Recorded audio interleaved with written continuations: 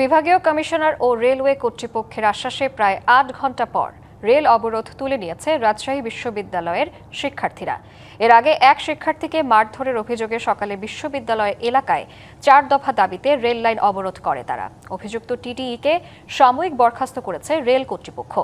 শিক্ষার্থীদের অবরোধে অন্তত ১০ ট্রেনের সূচি বিপর্যয় হয়েছে। এছাড়া আরও কয়েকটি ট্রেন সূচি বাতিল হওয়ার আশঙ্কা দেখা দিয়েছে। শিক্ষার্থীদের দাবি, ঘুষ নেয়ার প্রতিবাদ করায় রাজশাহী বিশ্ববিদ্যালয়ের এক শিক্ষার্থীকে মারধর করে টিটিই। ময়মনসিংহ জেলার নবগঠিত দক্ষিণ গফরগাঁও উপজেলার সদর দপ্তর বর্তমান পাগলা থানার পাশে স্থাপনের দাবি জানিয়েছেন স্থানীয় বাসিন্দারা। জাতীয় প্রেসক্লাবে দক্ষিণ গফরগাঁও নাগরিক ঐক্য আয়োজিত সংবাদ সম্মেলনে এই দাবি জানানো হয়। তারা জানান, বর্তমান পাগলা থানা সংলগ্ন পাগলা মৌজায় সদর দপ্তর স্থাপিত হলে উপজেলার ৮টি ইউনিয়নের মানুষ সমানভাবে প্রশাসনিক ও নাগরিক সুবিধা পাবেন। কিন্তু নয়াবাড়ি মৌজায় সদর দপ্তর করা হলে অন্তত ৬টি ইউনিয়নের মানুষকে সাধারণ সেবা পেতে প্রায় ৪০ থেকে ৫০ কিলোমিটার অতিরিক্ত পথ পাড়ি দিতে হবে।